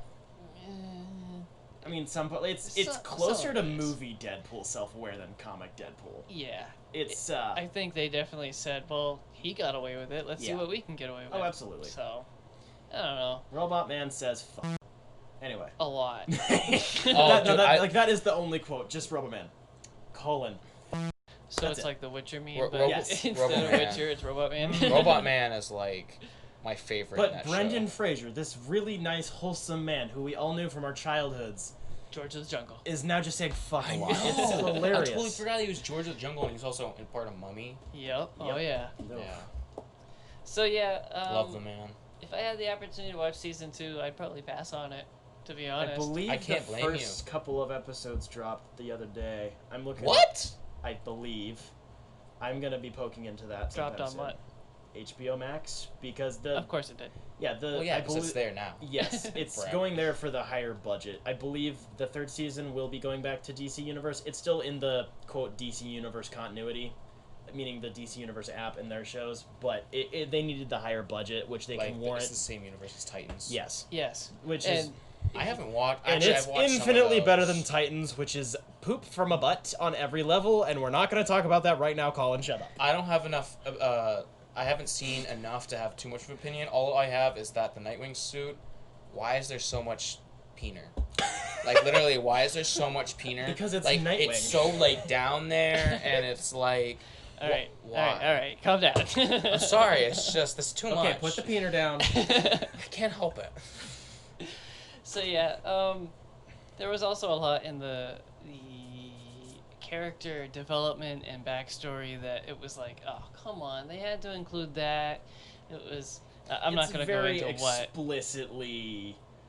Nanny. It can get a little icky, to say the least. I don't know. It just felt like propaganda. Like they were really forcing it. And it's like this is so unnecessary. Yep. To the character development, Some you of could it- have toned this down. As the most quote leading left leaning person, it did feel a little bit like that. I'd argue most of the comics are pretty well in that direction anyway, but it does, like most things, they amp up the larger features for an adaptation. And Sex. Drugs. there's a lot of booty in this show, and it definitely feels like they did crank it up a bit excessively in terms of just like overall. Yeah, there was a lot of it. So yeah, that's what I've pretty much been binging the crap out of this past week. Today I started a new show that is 100 times better. Like, my dad and I watched the first episode before I came over here to record this, and we were like, do we really have to stop watching? Because this is really freaking good. I don't want to stop. Tune in next week to find out. Of course. Come on. Colin, See what that have you been coming. reading? I mean, watching. All right. Have you been watching anything? I have. I finished watching Watchmen, and going in, I actually didn't know like which version was about, and you clarified that it's about the comics. Yeah. And I'm like, crap. I own the Watchmen comic, but I haven't read it. What? I haven't had the time. Surprisingly, I don't have the time. Like how I own. You will love it. That Like how comic has been out I for own 30 the Dark Knight freaking Returns years. comic, but I haven't read it. I've only watched the cartoon, which was amazing. Oh my. That's what got me into that. Right. I know it's a little rough, but let's be honest, the Frank Miller comic's rough too. Okay. Oh yeah. Okay, so I was reading Watchmen. that this week, and it's like, dang, you can't make this today.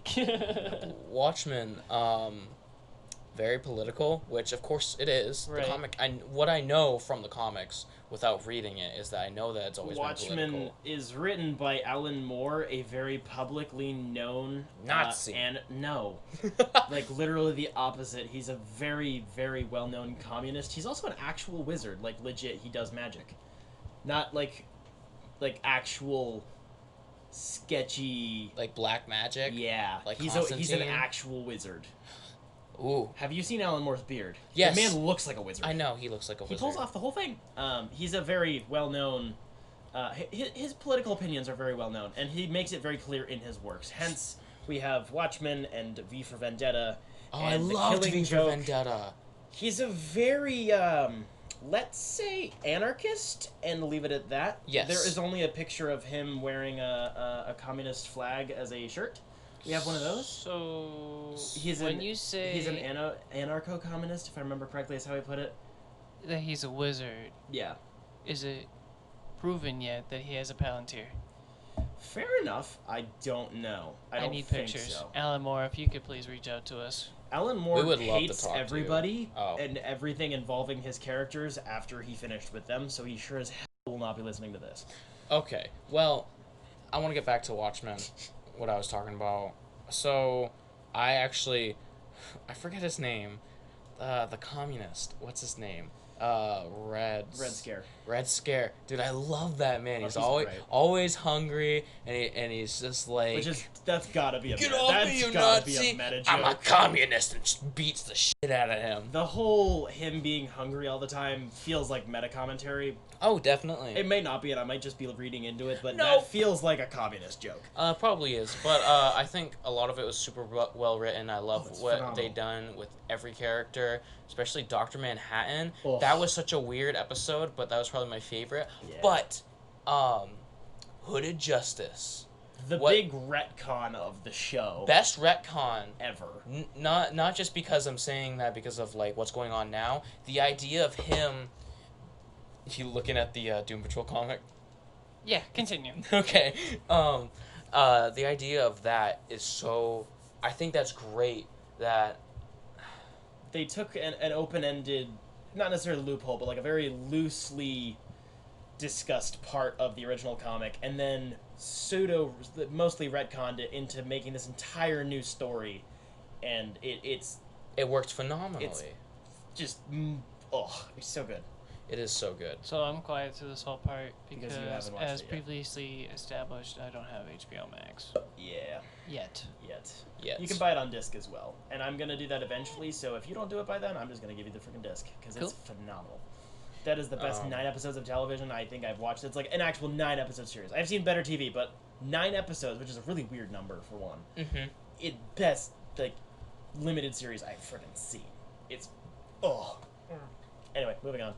Have you been watching anything else? I've been watching Avatar: The Last Airbender, the cartoon, of course, and I grew up watching it, but not much. But I remember like the key episodes, like the big ones, where they go to the North Pole and Ba Sing Se, and the last fight between the Avatar and the Fire Lord. But I'm watching like the filler episodes slash just like regular episodes to further the plot. The fillers weren't just like the Clone Wars fillers where it was like shit. The whole they used their fillers as like character development and introducing new aspects of the show. Like there was an episode about blood bending, and that was really cool. Where like the Katara, one of the main characters, who is a waterbender, she is learning how to waterbend, and she finds this waterbender in the Fire Nation, and so she teaches her that you can find water not just from like bodies of water, but there's water in the air, water in trees and plants and everything, and also blood. And so that's awesome. You just like blood. Yeah, I mean my favorite like artist is Mike Mignola, and he loves showing blood. So If it's not shadow, it's blood. yeah, if it's not shadow, it's blood, and if not that, then it's like barely any face, which is how I like to draw, because it's simple and it's easy and it's amazing. Gothic. All right. Anything else you've been watching? So I have also been watching. Oh, Adventure Time Distant Lands just came out with the first episode. Oh, I totally forgot that they were doing. I need to hurry up and finish. Yeah, you do. I totally forgot. That is an HBO special, the first of 3? 4. 4. Okay. It's supposed to be 4. Oh yeah. As far as I'm aware. Yeah. But yeah, they're an hour long, and this one, the ending, I wasn't expecting. It's nothing like, what is this? It's just more like, oh, that's cool. I thought this was something else. But like, it's really good, and BMO as a main character is like the best, because BMO's so weird. He's so not there, but he is at the same time. He's like, I will save your poopy land. He does need saving, right? Yes. BMO's definitely an odd one. BMO is just great for main character because he's just weird. It's great. All right. Have you been watching anything else? Are you good? I think I'm good. You can keep going. I have not been watching a lot. I've been too busy reading. Nerd. Yeah, I know, right? Now that it's on HBO Max, I've been watching Adventure Time, which I avoided when I was younger. I was the target. Stupid decision. I know. I was the target demographic, and like one time I saw LSP, and she just pissed me off so much that I didn't want to watch the show. She's such a key component, though. I know. I have the whole thing on DVD. I know. Which I I was have gonna the borrow, Flex. but then it was on HBO Max, so I'm binging that now. And the fact that they're 10-minute episodes is so nice. They're It is. short and they're sweet, and it's really immature in the beginning, but it's that nice sort of wholesome. That's just to start out. Right, and it's good. Instead of watching a YouTube video, I will watch an episode of Adventure Time. Yeah, it's just like pastime or something. Right, and you can It's one binge of a those good bunch of them, and you shows. don't feel horrible about doing it. Yeah. I am just about done with season 2 right now. It's Oh. yeah. Oh. What? That's not much. I didn't say it was. No, I know, but I thought you were like further down the line because there's 10 seasons. Yeah, I know. It's a No, lot. that's what I mean when I said I need to hurry up and finish so I can watch the specials. Yes. Yeah, I've been doing what I can. But I've been getting into that a lot, and that's been phenomenal. Really sad I missed out on that because I was the exact age and I just ignored it. Oh, I stopped watching after like season 3 or 4 when I was a kid because, of course, cable barely had it. Like the same thing with Avatar Same. growing up. But like once I got it, I'm like, oh my word, all these episodes are so good. After it kicks off right after season 4, like 5 is where it gets like so much better with character development. Like Finn's character development is, I think, is great for like a kid's show. Yeah. I've also been watching Agents of S.H.I.E.L.D. season 6. Never seen an episode. The show has it it's in that really strange spot in the middle where it has plenty of soap opera elements, but it's not played up for. It's not like the most serious thing on the planet. It's a long running 22 to 24 episode per season show with a fairly low budget, running on ABC. It's gonna have some of that, but it's something that I can enjoy. It's not like they're just doing it to do it for the most part. But as the show has gone on, it's gotten a lot better, especially as it's moved away from having like cameos from the MCU, and they've got a bit more independent, which has caused some major continuity problems, mostly in season 6. But so far, I'm quite enjoying that. The budget has gotten better, the effects have gotten better, the acting, as the people have worked into these characters for like 7 years now, it's going really well. Because I want to watch season 7, which is currently airing, because that's the final season. It's also the last episode of Marvel TV, which is odd. Now that all of the shows are going to be on Disney, they're all going to be Disney Plus shows, as far as we know, anyway. Rest in peace, Daredevil. Oof. Can we have a moment of silence? And we move on. So I've been doing that. That's been pretty nice. It's good. No, I don't want to say like full background noise, but like you can kind of turn it on whenever. It's good stuff. See, it's not meant to be prestige TV, and it's aware of that. I understand that. Like, it took me a while to actually understand that there's some shows, it's okay to like some shows that are just like background noise, because not every show has to be like super character development and like the plot's so introspective and all that. That's nice to have. I love stuff like that, but like it is nice to have just it's just there. It's simple. Yeah, there's like I can do that with a lot of Adventure Time episodes. Yeah, there's plenty of character development in it. It's just the sense of like season to season. Sometimes it can flip flop back and forth. Yeah. But it feels like with a lot of shows, it feels like you're kind of cycling through the same arc with different characters. Yep. But it's a big step up from, it's like 1 and 2 were all right, and then you kind of watch it for the tie-ins, and then 3 was pretty good, and then 4, because of Ghost Rider, like just shot it off into the stratosphere in terms of quality. I don't think I actually cared about Ghost Rider at all. Like, I know I haven't read anything, but like I didn't think he was cool until like I saw him on that show. Then you're dumb, because Flaming Skullhead. Did I ever say I wasn't dumb? True. All right, so before we move on, I remembered something I wanted to say about Doom Patrol, and that it was unique in that every episode I was like, I can't predict where this is going. What dumb shit is gonna happen now? Yeah, it's just so random and off the wall. Wreck. It walks a tight line of being a train wreck. But it's a goat farting out magic farts. Magic goat fart. That's like as weird as like the flying brick. So when I finished it, I was like, I wish I had counted how many times while watching this. I was like, what the frig are we watching right now?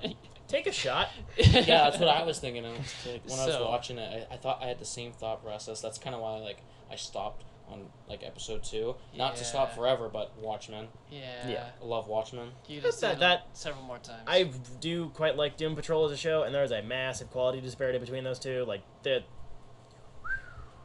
Watchmen's way up there. Right. So that's all I've been watching. So now we're going to move on to our main topic, which is going to be focused around Batman Last Night on Earth, which is a 3-issue limited series published over 2019, written by Scott Snyder and penciled by Greg Capullo.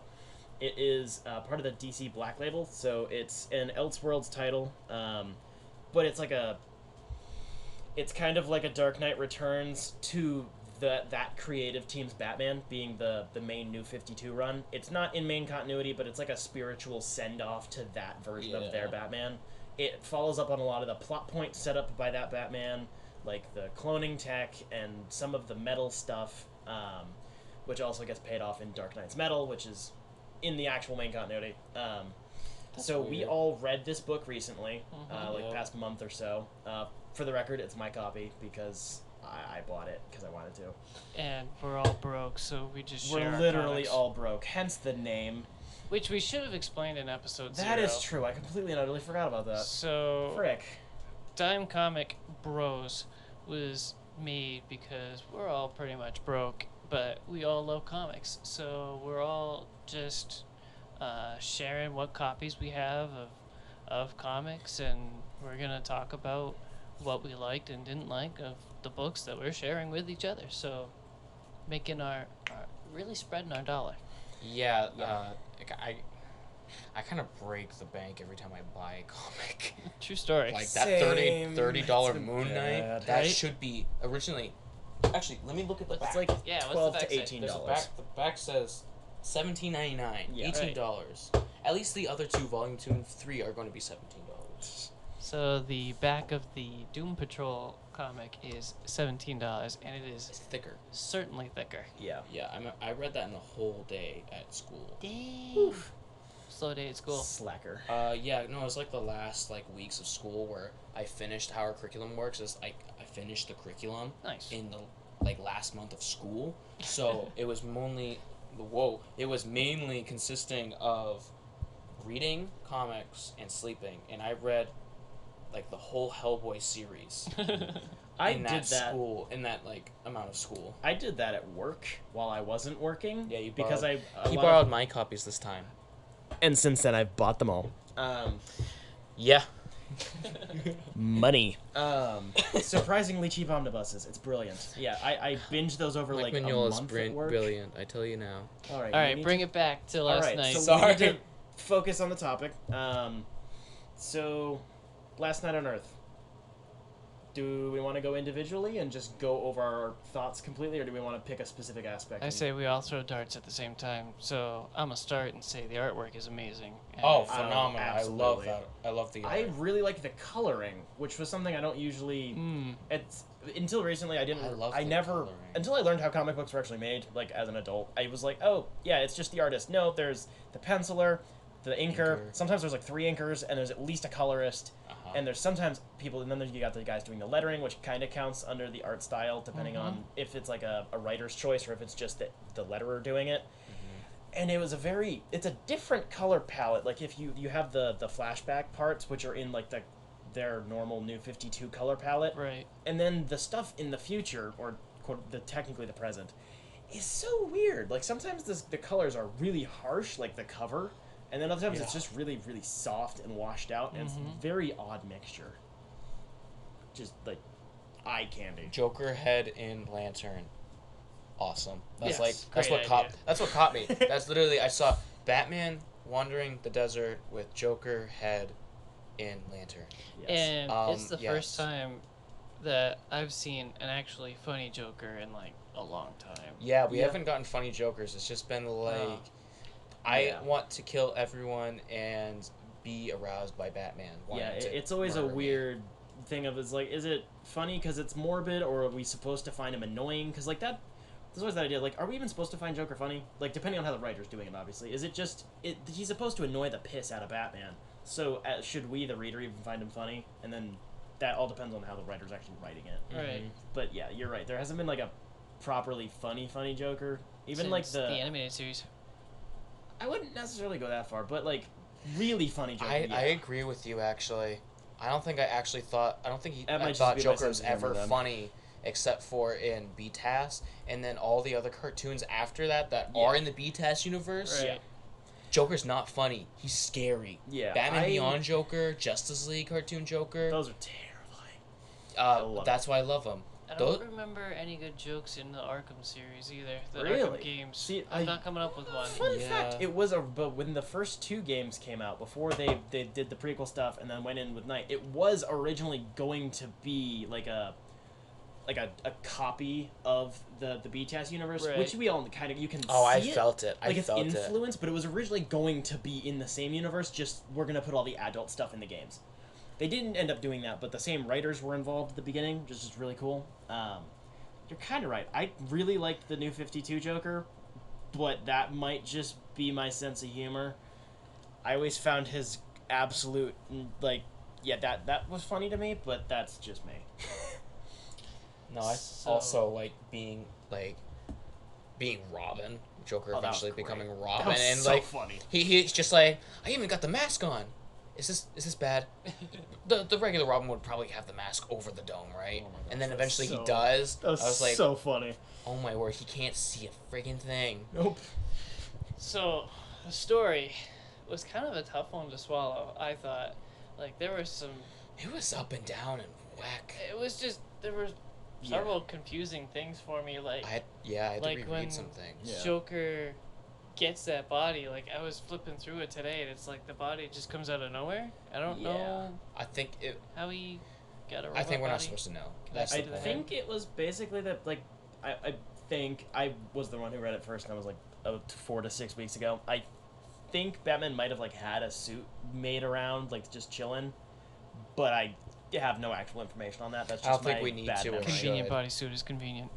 Yeah. Batman's like a paranoid schizophrenic, so of course he's gonna have like that just lying around. Of which that particular part of Batman's character, being the uber prepared god mode can take on anybody, was mostly influenced by Grant Morrison in the mid 2000s. But you know, that's gotten played up in the joke part of Batman a lot. Lately, Yeah. So which going isn't a bad thing. straight into spoilers, I was course. confused by the last chapter of the book when the spaceship crashes down and they Yeah. take out You texted me about assuming that right off the bat. Superman. Yeah. Why'd you get confused by that? Because there was already confusion about the fake Superman, and Yeah, Batman has a memory of Superman, so it's like, is this Okay. another Superman? So his memory of Superman was because he's a clone. Batman's a clone. Batman's a clone. Right. And he has the memory of whatever Bruce Wayne had, and Right. that's Superman. So all those Supermans were like, aren't they? Those Supermans were robots that Clark would use so that like you could see Superman and Clark Kent in the same place at the Which same was time. a really cool way to add in like little cameos of other costumes. Yep. As well, that was Right. neat. Also, Lex Luthor was trying to bring Superman back because he killed Superman. I He was love trying to bring Superman that back from different fact like alternate that he's, universe or like- something. Yeah, I like the fact that he's like, "Hey, I killed Oh crap, I killed Superman. We actually needed him. Oh, I was wrong." So it was just, you have all those fake Supermen because Superman already existed, so what is this new Superman? The baby is from an alternate universe. Yes, because because he was spawning in. That if you notice when he went to the Fortress of Solitude, like Batman did, you saw the pod, like his pod just out there where it crash landed. That was Lex Luthor trying to bring Superman back. Yeah. A baby Superman from alternate, was it timeline or universe? So this all happened in a it's different universes book, or? because it's DC. They don't really screw with timeline. It's it's the alternate, multiverse. Yeah, it's alternate universe. Yeah, So, so- basically, Lex Luthor killed thousands of baby Supermans just to try to get. So this is definitely from a different book that I missed. No. No. Really? It's literally in that. It's in there. You just you It's missed a little- it. It's not a showing. It's a telling. So you have to. Yeah, really which read it. is I'd argue that is actually very good showing. It's very background. It's yeah. very background showing. It's not really telling. It's the symbolic point of there will always be a Superman because every universe needs hope, and Superman is always going to be that hope in some way, shape, manner, or form. Even though he's like kind of depressing. Well, but the point is that he always overcomes that problem. Yeah. That's why it's actually inspiring. He's not never That's why I depressed. like He's Superman. like always depressed, but he always works around his problems to do the right thing. Yep. I didn't like not see that coming, but in the first like half of the book, until we started meeting up with Lex Luthor, I had no clue that it was gonna end like that. It was a very weird ending, which isn't bad. Superman? The weird Baby Justice League and then new Superman baby. It was very Superman? strange. I kind of thought that was coming. I didn't. Maybe I'm Okay, just you know dumb. that whole bad guy that got hyped up and everything? I was so let down. I mean, I knew it was gonna happen. You mean Batman having killed Darkseid, taking the Omega effect, and literally just becoming a new Darkseid? Yeah, I thought that was kind of dumb. What? I That don't was know. like the best part of the book. I thought that was the. I knew it was coming. I think, Like- in my opinion, I give that like a. Out of a star rating, a 5-star rating, I give that book a like 1.5. Batman becoming psychotic and going full fascist, which he kind of always does anyway. Yeah. And then deciding to become the most powerful being in all of existence in every reality. Hasn't that been done before? Batman doing In it? a way, shape, Nope. or form. I'm pretty sure. Not he like kinda that. has. He's become more powerful. He's gotten powers. Yeah, he hasn't become the new Darkseid. I don't know. He's got Darkseid's head on a freaking stick. But then Which that might be like the spirit plays doesn't. down Darkseid. See, it's still not the real Darkseid. I It's know, still I know. that universe's avatar of Darkseid. But, that's I a external detail that nobody really cares about. Yeah. I don't know. I just don't. I just saw it and I'm like, I really liked how I'd that rather a part... new villain than just Really? our superhero became bad. I mean, we see that a lot. There's that sense of it. I get that, but the cloning was set up in the New 52 arc. I understand that. Right. So what I'm saying, the idea that the main Superman, so if you read the New 52 run and then you read this as the end part instead of just continuing with the main continuity, like pretend this is a little pocket universe. The idea that the main Batman, not like a Batman in another dimension or anything like that, the Batman actually went crazy and ended up being killed by his own clones because he was fucking psychotic. That hasn't been done before. We've had alternate universes, or we have like a Thomas Wayne situation or whatever, but we haven't had the regular Bruce Wayne in the main comic universe snapped. Not like that, unless I'm very, very mistaken. It just doesn't turn me on. Hey, you're crazy. Yeah. So, I felt lost through the whole story because they had one, if not two, fake outs of what was going on. So it was like I was just waiting for yet another one. It gave me a feeling of Kingdom Come. It gave me a lot of Kingdom Come vibes. It was very. They're all old now, sort of thing. Not just So that. I should probably just reread it again now that I know what's gonna happen, Fine. so that I'm not waiting. For I that. did read it through twice. I should Correct. reread So- it as well. So, Yeah, the thing I really did like was the. I mean, first of all, just the fact that Commissioner Gordon has survived and he's still smoking. That was just funny. Love Like it. he's just old and gone. He's like, yeah, we're gonna go kick some ass. Give me another cigarette. That was pretty cool. But the tying into the Court of Owls, like the Bat family taking over that idea to undermine, like, so if the Bat has become like a symbol of terror and of essentially Darkseid at that point, and this counter symbol that this creative team designed themselves in the beginning of their run, becoming like this new symbol, I just really like that imagery. So instead of using the Robins or Nightwing, they became owls. I don't know. I like birds and owls are cool, but like that. I don't know. It's symbolic and stuff. No, I like that because That was also a twist I didn't see coming, which is maybe I'm just dumb, for you sure. are dumb. I usually see a lot of twists coming though. That one was like, I saw that. I thought it might be Hush. I don't know why, and then I was like, oh no, that's Dick Grayson. What the heck? That was a really good like turning into the new issue type cliffhanger. That was cool. it felt kind of lame how they used Martian Manhunter as just an amplifier. I do agree with that one. Really? He does. I thought that was actually really kind of cool. It happens I to thought him that a was lot, really honestly. fucked up, He but gets I thought it was really cool. They're like, well, we have to have him in here, but Yeah, he we don't know gets- how. So he gets the short end of the stick in terms of a lot of like Justice League and Justice League. yeah, He usually gets. He has the He's least Green amount of like Lantern. previously written depth. He's only had a couple of short solo runs, and most of his stuff is in Justice League books. So he does kind of get the. Oh, he's dead now. yeah. We're using him as a battery. We're Yeah. using him as an amplifier. Oh yeah, he caught on fire and died.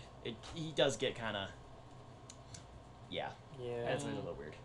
Oh, I need McDonald's. And then there was that 2-page wide shot across the top half That of was- both pages with the whole Bat. Or I don't know if it's the Bat family or the Justice League. I would say it's I think it was Justice both. I League. think it was both. But there were, I think, references to other books that I had Yeah. no freaking idea. There about. were There was definitely a a few in there. Robin in a Green Lantern suit, and I'm like, Yeah. the freak's going on there? I did look into a couple of those. Some of them were, but that one and the ones like that were entirely original. Just I think there was an this Aquaman universe with a went Two-Face all over the looking place, and we're suit. not going to explain any of it. Sort of Yet. thing. They're gonna go back.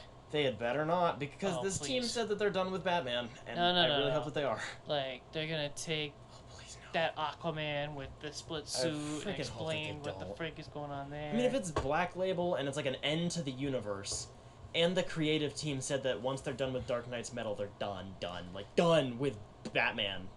but it was Don't also like go juice that. Like, don't go squeeze that again. they had the red-headed Batgirl, Yeah. which is fairly well established. So it's like Barbara? I No. don't remember. No, she was an adult. Redheaded Batgirl? If I remember correctly, that was their child, whose name I can't remember. Oh, are you talking about in the... Okay, sorry. Yeah. I kind of got bored and I kind Jesus of like Christ. started zoning off. I'm like, really could go for McDonald's. So it sounds like the consensus is art was amazing, story was mixed to confusing. It was Area. confusing, but I think if I reread it and then reread it, Yeah. I think I'll have a good handle on it. So I Uh, mean, it's just one of those things I that was- it's deep that you have to Yeah. read it a couple I times. was to understand way more interested in what the world became more than about the baddie, like the villain. Yeah. Like I was so much more like, whoa, this like Spectre's giant ass cape, and Yeah. you go in there, it's purgatory, Right. and the whole like Bruce Wayne's like, oh, that's Alfred. Yeah. Alfred's dead. Right. I loved that. That was the bit in the beginning, the whole hey, Batman's crazy thing, which like everybody, that's like the lamest fan theory that floats around on every bad list of the Right. whole, well, Batman's crazy. We all know that Batman has psychopathy. We know this. The normal response, unless you're reading the Grant Morrison run, whereas he disputes that claim, Batman's crazy. Obviously. He can do much more good as Bruce Wayne. We know this. Like, And all the but- pain he can endure, it's definitely like he's gone. yeah. His brain, part of his brain left the building. He has lots He's of got trauma. retard strength. not to be rude, but like But yes. retard strength. Yeah. But the fact that they undermine that, and when I first started reading, I was like, oh, they're gonna go with the Batman's. Oh, Alfred's lying.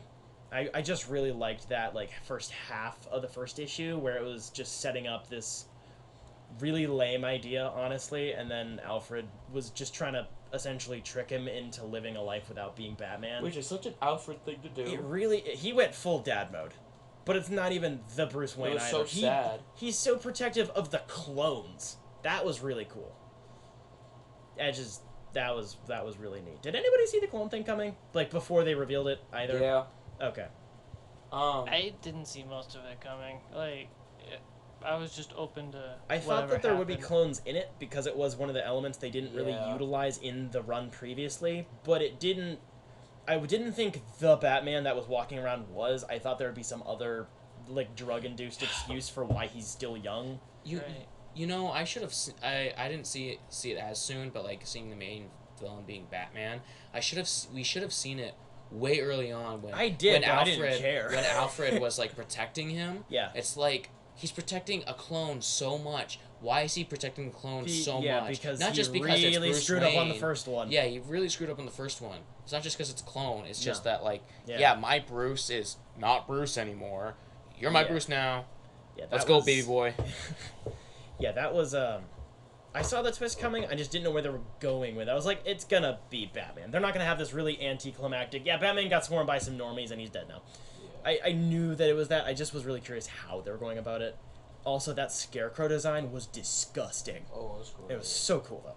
Just like with all the spider legs and that was gross. Classic. I liked it. Capullo has phenomenal horror art, like just easy. That stuff's gross. I think we beat that to death. Pretty sure. I'm good about. I'm done. I think Snyder was. I think the ideas were probably better than the execution. Yes. Snyder obviously has a Usually happens. hell of a lot of really good ideas for Batman.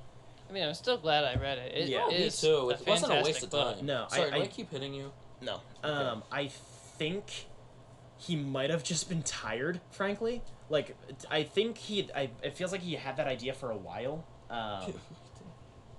But like he's mentioned that the stuff he's working on now with Dark Knight's Metal and Dark Knight Heavy Metal is like all of his angst about writing Batman for so long, Right. and he's gonna be finally done. And it feels like this book is in that weird spot, but in the middle where they're like, hey, can you do one more Batman story that's not in main continuity and make it weird and Elseworldsy? And it just felt like he wanted to do it, but he wasn't either given the time or the resources to. Because 3 issues was short, which was I think Colin and I had a conversation about this. The story makes sense, but it feels kind of rushed in like Yes. how long it takes to That's get through probably the book. why I didn't care about Batman being a main Right. baddie. I think there wasn't enough shown or talked about. It was only 3 issues, which they were long. They were big issues. With inside the hardcover, it's a thick book, but It's like it creating felt more like a 5-issue sort of series. What it felt like was you're trying to make this like new character, and then an event and like the main character dies, and they expect you to be like so attached to the character, but you're not. You don't have any backstory. It's just like this guy's brand new. I have no emotional attachment to him at all. Why do you expect me to care? You know. Yeah, that was. I did because I wanted to, but it felt like if he had had at least another issue, the really big like exposition dump parts, like the Joker's plan, and then Batman now being bad. Like, that stuff would have been a bit better explained if you had more time. Mm-hmm. And I have no clue if that was, like, just how he had designed it, or if that was a publishing thing, or if they just only wanted it to be 3 or whatever. But it was certainly interesting, and I'm going to read that one a lot more. And go buy the other version from Barnes & Noble, which is green, because green's better than pink. I'll buy that pink one off you. Yes, you will. Yep. What's next? All right. That is so the end. Unless you guys have any additional thoughts on anything that needs mentioning.